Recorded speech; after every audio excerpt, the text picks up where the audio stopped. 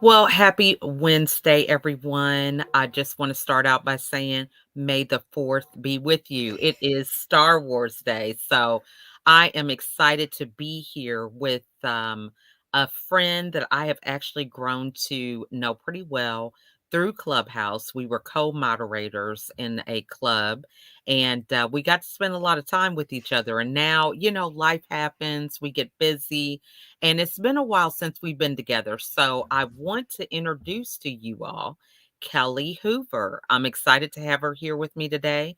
And so, hey, Kelly, glad Hi. to kind of connect again. I know. It is great to see you. I'm excited about our time together today. Thanks for having me on. Well, we are so glad to have you and really excited to get into some great conversation. The room that we were on together on Clubhouse was like a business building room. We talked about a lot of different principles and concepts related to being successful as entrepreneurs, moms as entrepreneurs, and the list goes on and on.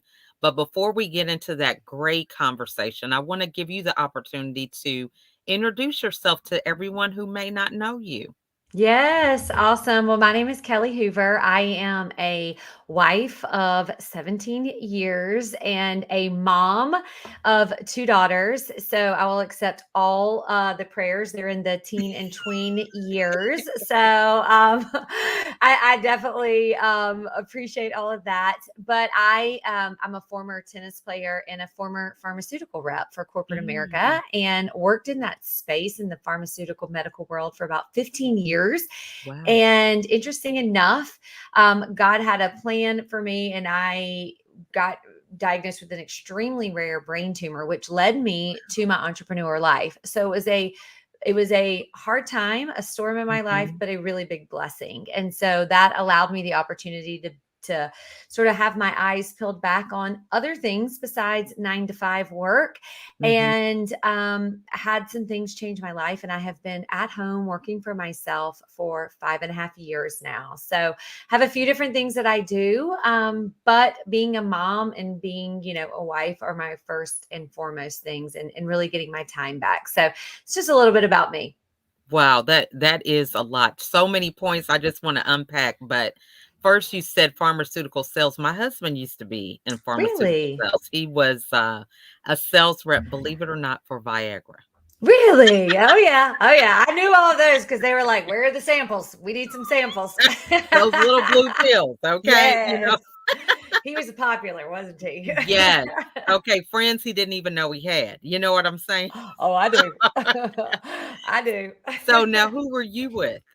So I spent the majority of my career I started out with a very two small companies, Reliant and Coast. They both were Mhm, purchased by larger companies. And mhm. then I spent the majority of my time with Takeda, which is a Japanese based company. I spent about 10 Mm, years there. So, okay. yeah. So I Now didn't have as much fun as like the Viagra side of things. I was more into like heart disease and yeah. GI, and but yeah, it was a good time. I enjoyed serving in that space. Yeah, it is a different, kinda animal dealing with Mhm, pharmaceutical sales. So, mhm. knowing that type of background, what would you say are some of the key principles with that line of work that has helped you as an entrepreneur?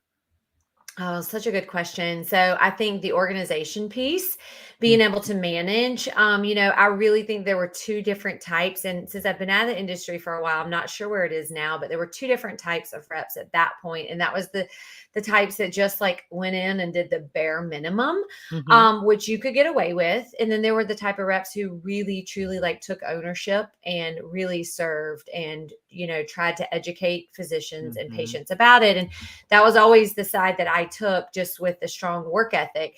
And the organization piece, being able to manage a 50 or 60-hour work week. I had a husband who traveled a lot at that point, and then I had two mm, really young daughters, who really, were not self-sufficient. So we mhm, had help at home, but that was the number one thing, would probably be the organization piece.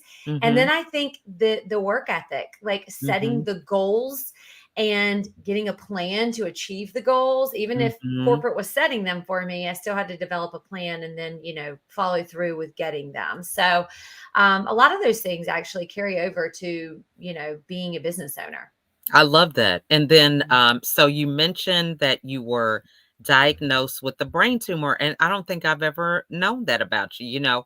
I Mm. would say, just in all my encounters with you, you've always been positive, never used anything as an excuse of, pressing forward with greatness. So I am really intrigued to figure out how you found out about this tumor and, what that was like for you to bounce back from something of that magnitude and be where you are today? I know Yeah, that's thank kind of a loaded question. No, I love the fact that you probably didn't know that about me. Most people don't. Mhm, It's not something that I am, like not afraid to share, I would say, but I also don't ever want that to be my identity. I want mhm, it to be the overcoming and what I did after the mhm, storm versus you know, the storm and how hard it was because we mhm, all have our hard. Mine was a brain mhm, tumor. We all have it, right? Like we mhm, all have a hardship in our life. But I found out, interesting enough, because it was so rare. At that point in my life, was training for half marathons. I was the mhm. crazy people that get up at 4 a.m. and go run 10 miles before work. That was me. Not now, but that was me then. And a group of girls that I ran with on a regular basis, they were like, "You're complaining of headaches a lot. You don't complain, Kelly." And I was like, Mhm, "I know, I am. I'm like having headaches all the time." But honestly, I was under a lot of stress. And mhm, I just kept chalking it up. I was too busy taking care of everyone else to take care of myself. Hello, what mhm. mom cannot relate to that. Right. And I ended up going to see several doctors, and they were like, "You're depressed. Mhm, You have too much on your plate. You need to take some things off. You need to relax." And I was like, all those things. I didn't feel depressed, mm. but you got doctors telling you you are. I'm like, okay, well, maybe I am. I don't feel sad, but maybe this is a Right, different form of depression. right. Long story short, I ended up collapsing, like having a really bad headache. My vision got blurry. My husband, I have a pretty high pain tolerance. So my husband was like, I was like, I have to go to the ER. Something is not right with me. And then he got Mhm, me up to take me and I collapsed. He had to call 911.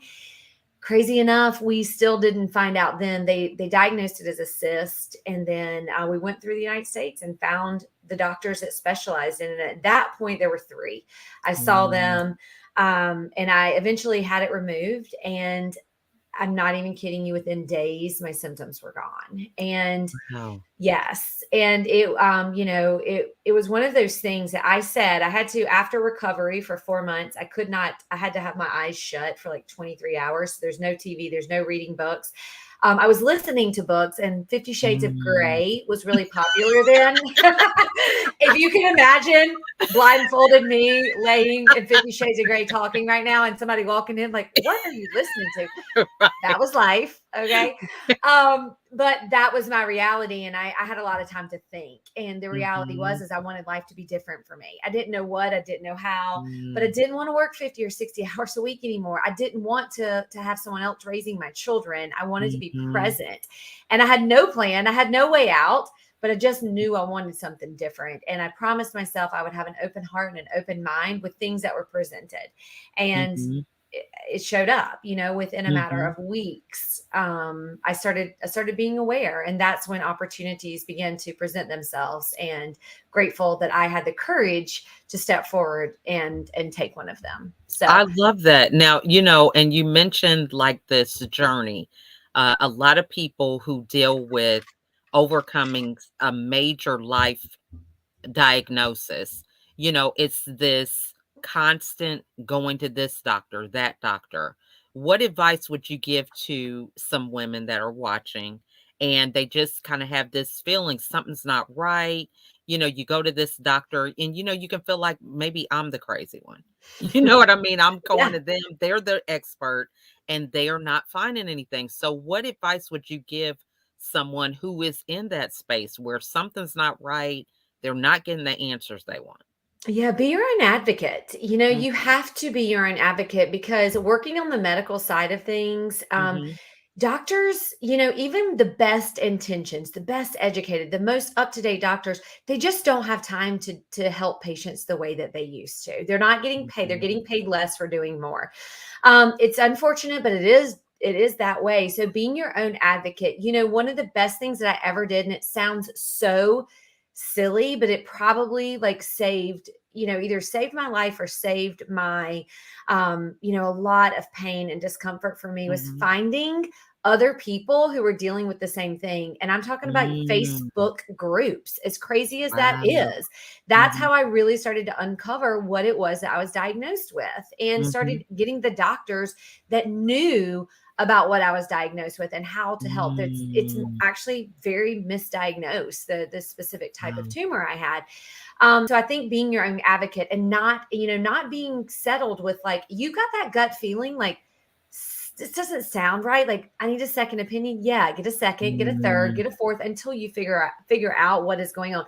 But here's the other thing: you have to do the things that are going to help you. Like, you can't sit Mm. around and wallow and like, oh, this is what's going on in my life, and I'm not going to make the changes that they're encouraging me to do. You have to make the changes that they're encouraging you to make, whatever those changes are. Mhm. But I think being your own advocate is the best advice, whether it's you, whether it's your spouse, whether it's a Mhm. child. You really have to fight for your own self. Totally agree with that. And I mean, it shows up differently for different people. I Mhm, love the point that you mentioned. You're saying they're saying you're depressed, and you're like, well, I don't feel that way because, depression looks different for everybody. mhm, And that's one of the things that I experienced on my journey. So, really thinking that you're going to have it the same way somebody else does. And even in the case of you finding out you had a rare brain tumor. So that mhm, was something totally different. mhm. So, moving forward, what do you think was the greatest gift from that experience to help you as a mom, as a business person, to where you are today?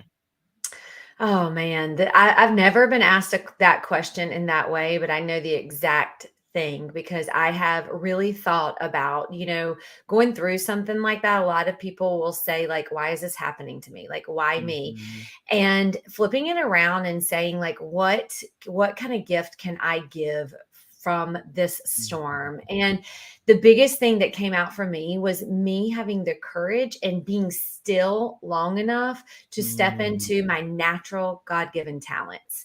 And my natural talents are to help other women see themselves and believe in themselves and gain their confidence back and make time that they are important.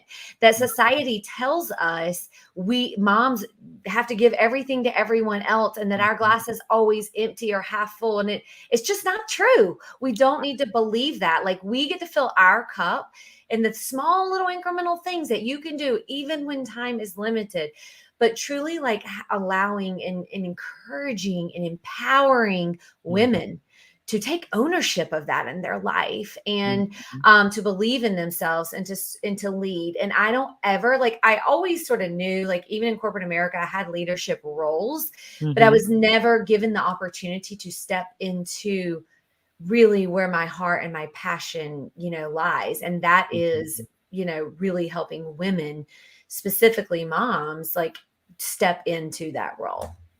I love that. And I love the fact that you mentioned the courage and the ability to sit with that, and understanding what your next move was going to be, and that awareness. You were saying that during that time of listening to those books, you were just, aware of what you didn't want. So for somebody who is in that space, what did that look like for you? Was it really transforming your friends, your daily routine? How did you start that journey? Yeah. So I think when I'm sitting there and you're realizing, instead of realizing what I do want, I needed to start with what I needed to cut out of my life. And Mhm, a lot of it was just, and not necessarily toxic people or toxic things, but mhm, things that were not pulling me or pushing me or encouraging me to where I wanted to go. I didn't know how I was mhm, going to get there, but I knew I didn't want to stay in that space. So whether it's, doing certain things, a prime example is not sleeping until my kids slept, like getting my rear end up out of bed to give myself time in the morning. And that started with 5 minutes. Now it's an hour and a half for me. mhm, But it starts incrementally. It doesn't have to be like a home run in the beginning. It was small mhm, changes. And I knew exactly, what I didn't want. I didn't necessarily know what I wanted, but I knew what I wanted to change. And the number one thing I really wanted was time with my kids. I wanted to be able to Mm, have, be the mom that could go pick up their children at school, mhm, or not have to call in sick when someone, I didn't know how I was going to get there, but when someone's sick, like we're like flipping a coin, who's got the least important day. And so, I knew that those were the things that I didn't want. And I do also think, like, things that are drawing you, like if you do something, if you're with someone, if you are doing, if you're saying yes because you feel like you need to say yes, mm, then it's probably a no. Like, if you feel you mhm, shouldn't carry that guilt on. And those were the small, things I did. And one of the other things I really took away while I was sitting still in that, you always hear, about journaling, about reading, about mhm, self-development. And I really didn't understand this a lot until I stepped into my entrepreneur life. And every mhm, year I've gotten more involved in it. But it's very, very interesting to me now. And I would recommend anyone do this, regardless of where you're at in your self-development. But, you know, write down some journals about what you want, about things you want to change. I'm actually going through a devotional now, and I did this exact same devotional March of 2020. Well, we know where we were in March of 2020. And I'm writing things in this journal. And 2 years later, it is so cool to look at the changes I wanted to make and the ones I actually did. And most of it had nothing to do with financial, nothing to do with time. It had to do with my mhm, heart. It had to do with, like, where I was being led. It had to do with my faith. It had to do with who I was as a woman, as a mom, as a wife. mhm. And if I wouldn't have documented that, I would have never known I had grown that much. And Yeah, so, really documenting those things. If you don't know how to do it, start writing it, start brain dumping, start mhm. documenting things, and that will really help guide you. I love that. And, you mentioned also, in your bio that I read briefly about how successful your business is now Mhm. versus, how it started. So, how does one, because a lot of us hear about, working from home, the ability to kind of demand our day or, have the flexibility to do all these things. But what advice would you give someone about the things they should focus on in order to have that success? Because we've had people that come in our room and they're like, I got this quota and, I got to make this sale. And we're like, well, there's a different process that you can't just charge people with, what your quota is and think that's going to be successful. So, what do you think are the key things to be mindful of with having a successful business?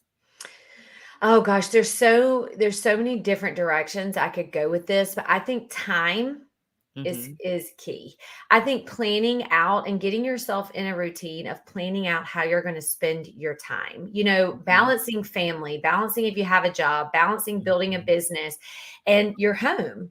And when Mhm. you do work from home, sometimes that time is not defined. It just all flows together, right? And you Right. feel like you're working all the time, or you're distracted all the time, or your kids Mhm. need you all the time. But when you sit down, like, for me personally, I have a space that I go to work. It's in Mhm. my home.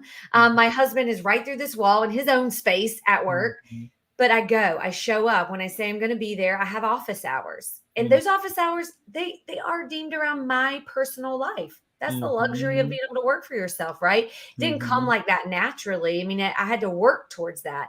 But I Mhm. have office hours. I know the number of hours that I need to work at a minimum each week. Mm. And I know, like, for example, summer's coming up. I don't really want to work a lot during the summer. I want to be with my kids.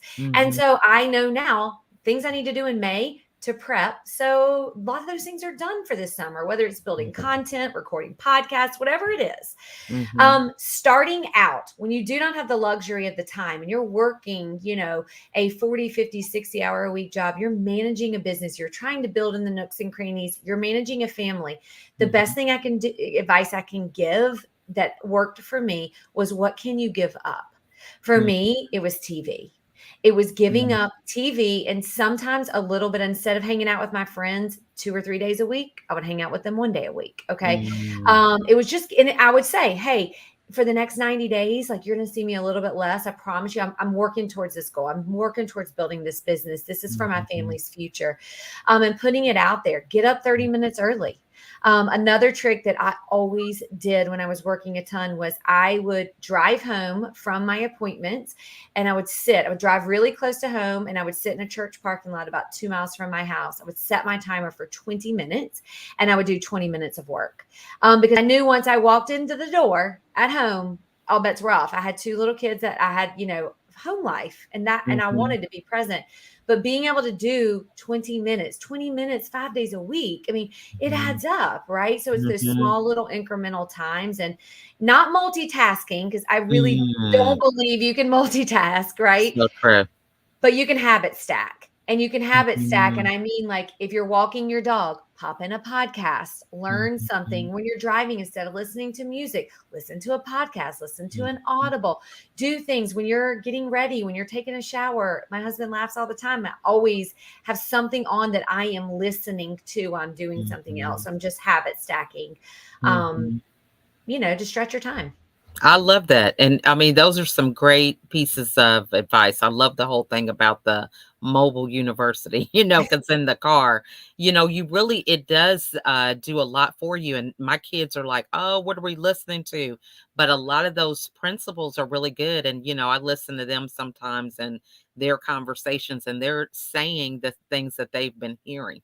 So I Mhm, think that is definitely wonderful. And I've been reading a lot about how we really need to penetrate our subconscious because that's where the power is. So if you're listening to these things over and over again and having that stream of consciousness while we're doing other things, we're able to remember that better, which could lead to better outcomes in the long run. mhm. So Love love that. that you share that. Mhm. Now, so what books or podcasts, would you recommend to everybody who's watching? Okay, so I do have a really good tip. I'm actually, let's see here. I have it right here. I shared this yesterday on my Mhm. Instagram, and people were like, "Oh my God, what a great idea!" I was like, "I didn't even know this was a good idea," but I'm going to share it because so I am not I don't love to read. I Mhm. am a very, very, very slow reader. Okay. Mhm. Probably like the very slow turtle. Okay. I have always, everybody in my family reads. They love to read. Mhm. They're fast. They're great. So Mhm. at the beginning of this year, one of my goals was to read 24 books. It's Okay. a lot. Okay. It's a Mhm. lot for me. I don't know if it's a A lot for other lot people. for A everybody. lot for Okay. everybody. It's two We books a month. start and put them down, you know what I mean? It's Yes. like never done. Yes. Yeah. So I wanted to read 12 parenting books because I want to show up and be the best mom I can be and learn Mhm. how to raise kids in this digital, Mhm. social media age. And then I want to be a leader. I'm really focusing on leadership skills and how I can show up in my life. So Mhm. right now, I just actually started it yesterday. I'm reading Today Matters by John Mm. Maxwell. And Mhm. so, a tip for those of you who are like me, who are slow and who don't love to read, is what I will do, and I have it here on a post it note, Mhm. is I will look at the book and I will say, Mhm. how many pages does this book have? So, for example, this one has 300 pages. I will say, Mhm. how long would I like to have to read this book? I said, okay, this is a little bit longer. I'm doing another sort of dare book in between for my kids. I'm going to read this in 3 weeks. So I take it, I write down the number of pages I need to be at every single day. Okay, so this is 16 Mm. pages a day. That doesn't take that long. And then I Mhm. mark it out because it breaks down that big 300-page goal into a smaller goal. So, like today, I need to be on page 32. It's my second day of reading the book. Mm. So I know exactly where to go. And it sort of like breaks it down. So just a little tip for I those of love you that. who don't Yeah. like to read like me. Well, and we get intimidated by the number of pages, Yes. but if you have that in front of you that it is, hey, you're going at your own pace, whatever works for you. I love that. That's good. And then it's like gamifying it because, Mhm. you're checking those things off. So I love that. That's Yes. awesome. Yes. And as far as podcasts go, I actually co-host a podcast, Blessed Mama Mm, Bosses podcast. mhm, And we really like help women, specifically network marketers, but any business women just be able to scale their business, give them tips and things. So of course I love to listen, when we have guests and things on. But I also love Ed Milet's podcast, Mhm. and I subscribe to a ton. I also love to listen to Audible books. Sometimes Mhm. I will listen and read at the same time. Like I said, I'm not the fastest reader, so sometimes I'll actually have the Audible book, and I will have the book if it's a highlighter, and I'll actually read and do that at Mm. the same time.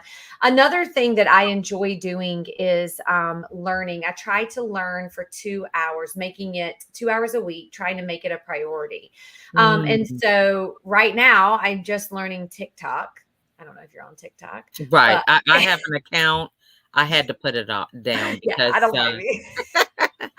I had it I was on it before it got popular, and so I was getting recipes from it, I was telling my kids, and then it was a problem. I couldn't just get on there and get off. I had to set a timer, then that wasn't working, so, yeah, I've been off for a while, but now it's the craze, getting the Yes. views and everything, so yeah. Yes. Well, and I'm learning, and there's a strategy. I'm not, as Mhm, much as I love to watch everybody, like I'm going on there to connect and to be able to serve mhm, and to, you know, create content for people and to, connect with others. So that is something I will take, the experts in that area, and I will say, okay, there's 10 hours of this course, and I'm going to break it down. So I should be able to complete this course in 5 weeks. And so I'll focus on like one mm, thing at a time learning. mhm. But I'm going to read more about the subconscious that you were talking about Yeah, before, because I've definitely heard a lot about it, but it's mhm. definitely intriguing to me that you're just having that, even though it may not be the main thing you're doing, but it's back there playing while you're, cooking dinner and those sort of things. Well, and another thing, I've been doing this since February. My founder of a club that we have on Clubhouse, she's reading this book by Julia Cameron called The Artist's Way, Hmm. and she does morning pages. So it's you do this first writing uh, first thing in the morning. And this really sets the tone for your day because they say that when you wake up, that is the best stream of consciousness. That's kind of like where you're able to kind of reprogram yourself. Hmm.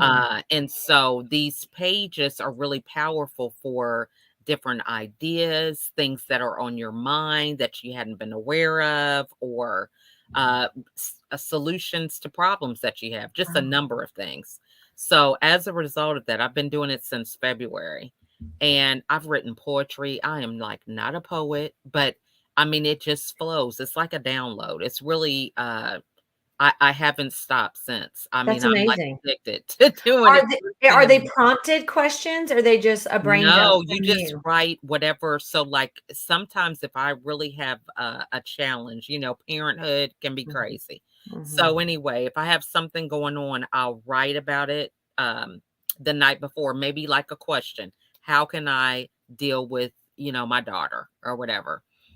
So I just write that the night before. In the morning, before I do anything, I just write, and the answers come. So Amazing. I'm gonna it's try it. amazing. I'm gonna try that. I like Yeah. that. Thank you for that. Yeah, so it has just been a game changer because things will line up with whatever I've written. Maybe it is about like the first one I wrote was being selfish, right? And it was like it was a poem about how, I used to be selfish. I was the one that always was about what I had going on, but once I was learning to have a spirit of love and looking for other people and their Mhm, happiness, things changed for me. mhm. And, then it was just like love was the theme of the day and everything was just around love. So it's really, really interesting. Like I said, I can't stop. I have not missed a day since. That was February 23rd. That's amazing. Hmm. I will definitely have to check that out. I'm glad you shared that. Yeah. So, as we come to a close, I mean, I could ask you a million things, but I think the next thing I feel like is important is being able to win your day. Mhm, As a mom, that was one of the things that had me on this downward spiral because every day I was trying to make it through a day, but Mhm. it was, kinda like, I was telling myself I was a failure every day because I had a million things on my list, and I was only checking off 2 or 3, so I was telling myself, "Hey, you're not getting what you need to have done," regardless of what people complimented me on, I just couldn't receive it. So, when it comes to managing your day, what are the non-negotiables for you? Mm. Oh, yes. And this has come with time. This wasn't, Mhm, added on to this. My non-negotiables are getting up in the morning and, mhm, spending time on my heart and mhm, my body and my mind before I jump on social media, before I respond to emails, before I do anything, even get my dog out of his crate. mhm, It is truly spending, and it sometimes it takes me 15 minutes, sometimes it takes me 30. I block off 30 mhm. minutes for myself in the morning. I spend time in the word instead of the world, is what I like to say. Love that. And so that's a non-negotiable for me. Even if I am, traveling or doing something with family and I'm on vacation or something, I will still take some time and spend, I'll pull out my meditation or Bible app and spend time doing it.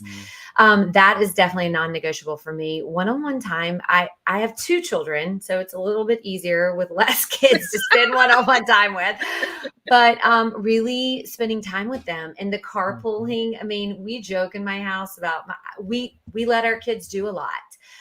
We mhm, can and we're able to get them places, so we do let them do. They're in activities all the time and things that they mhm, want to do. We say yes to activities and mhm, moments, and carpooling them, spending that time in the car with mhm, them, not having a podcast on, not having music on, unless it's mhm, they're us, but talking, having mhm, breakfast with mhm. them. We have most mornings we will meet at 7:20 at our breakfast table, and we have a family devotional, and it may be 7 minutes, it may be 10, it may be 15. We're breakfast is happening, we're praying, we're doing a devotional, we're talking about our day, because honestly, the way that schedules are, people are at activities, people are doing things in the evenings. When I was growing up, we had dinner together every night. Right. We don't do that really. Mm-mm. It's more of a rarity. So this allows us just a few moments to start our day and to so those are really important things. And then for the last 3 years, every single Friday morning in my home, we have a middle school gathering before school. Mm. I have an eighth grader and it's her third year doing this. And then now I have a sixth grader that's doing it too. And so we started off with 25 to 27 middle school girls. We feed them breakfast. We have a high schooler that comes over and talks to them about like real life things and how to, Wow.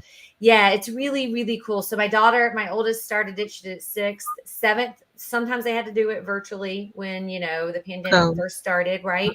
Um, but now they're back to meeting, and my sixth grader, that she's finishing up her first year. And so it's so cool to see these girls stay together and to like hear them, talk about it. And it's not me leading, and it's a high schooler who they think is cool because I'm not Mm. cool.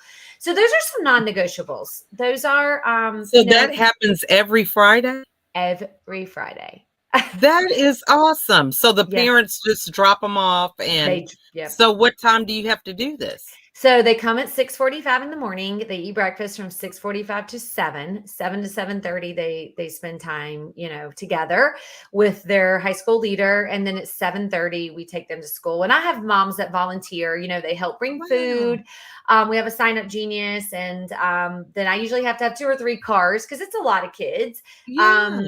And so we do it, and it's effort. It takes work. I'm not gonna Mhm. like it's getting your house ready every single Friday, but to see their bonds, to see them, it's Yes. just so cool. And the cool thing about it is sometimes these girls, they come from families who've never been exposed to Yeah.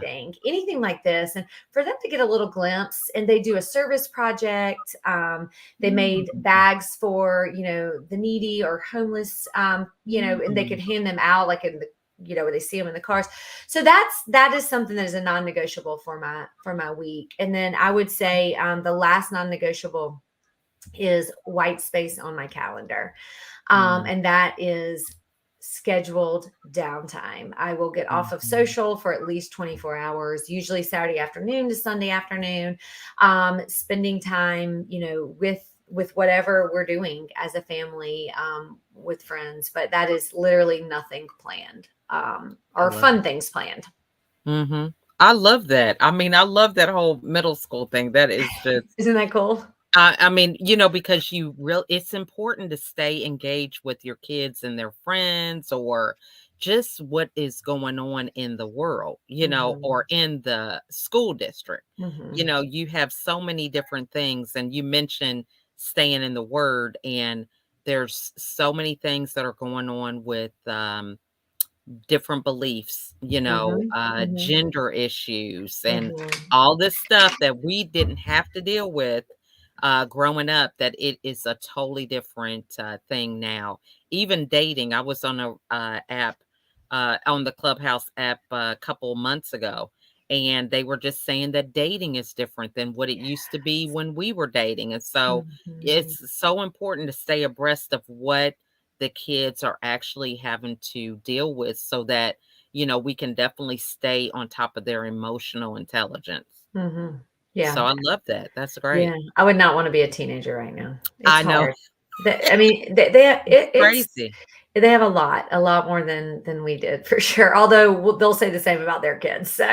Yeah, I'm sure. Yeah, but it just really seems like a hard time now. I mean, I Mhm. really get that. So Mhm. this has been wonderful, Kelly. I So know. Thank before you. we go, I would love to have you share how everybody can get a hold of you and any of your final thoughts that you would like to leave everybody with today. Yes, awesome. I would love to get connected and follow each other on our social medias. So I hang out a lot on Instagram. You can find Mhm. me at Kelly Hoover. It's KELLIEHOOVER.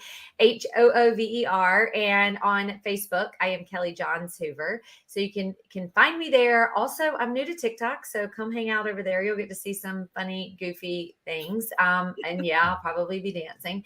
But yes, I would love to get connected. And I do have a little special gift. If you are someone who is, looking to jumpstart or looking to sort of restart your health, maybe you're looking for mental clarity, build your immune system, anything like that, energy, weight loss, anything like that, I do have a free gift that I would love to be able to Mm. give. You have to mention America's Supermom to grab it because it's only my friends connected with you. So Mhm. would love to be able to get that. You can hit me on any of the social platforms and just mention that you're interested, and I can customize a special Mm. sample specifically for what you and what you're looking for in your health and wellness. So we have a lot of different things that I coach people with.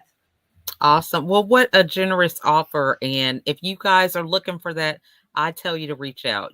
So often, as you were listening to this interview, we have to have the courage to step out of our comfort zone and do those things that we're not familiar with in order for us to grow and be better versions of ourselves. So thank you so much for that, Kelly. You're welcome. Thanks for having me on. This was a pleasure and a joy to spend time with you today. Oh, well, we loved having you, and you have so many nuggets that you dropped. I mean, hey, I have to go back and listen to the replay. When I'm interviewing, it's like, okay, I'm trying to take notes or doing this, and it's like, you're like a producer and everything else in the background, okay, make Yeah. sure that things are running smooth. It's crazy. It's like I didn't sign up for this, and it's so funny. We're talking about, well, video is the best thing, but then it's like, okay, I'm gonna do a video, well, then you gotta look at the comments, and then you gotta make sure it's streaming right, all these different things. I'm like, "Did I sign up for this?" Put the different hats on, right? That's all I can think about is you changing hats. Exactly, Well, exactly. you do it beautifully and very, very like a pro. So Ah, well, thank you so much, and we really thank you guys so much for, joining the conversation today, and again, reach out to Kelly. As you can see, she is so easy to talk to, and, it's important to really have somebody that you feel you can trust, that you can ask them things that they can be forthcoming. So, really appreciate that. And if you guys have any questions or comments, feel free to put them in the comments, and we'll make sure that we get those to her. But in the meantime, just take that extra step, reach out to her on Instagram or any of her social media platforms, because she is definitely able to give you some insight into how you can use some of the principles that she has shared in order to make your life better. And that's what we're about, helping one another to grow and be a better version of ourselves. So thanks again, Kelly, for being here. Thank you so much. All right. Well, we thank you guys so much for watching, and we will see you guys on the next episode. Bye for now. Bye.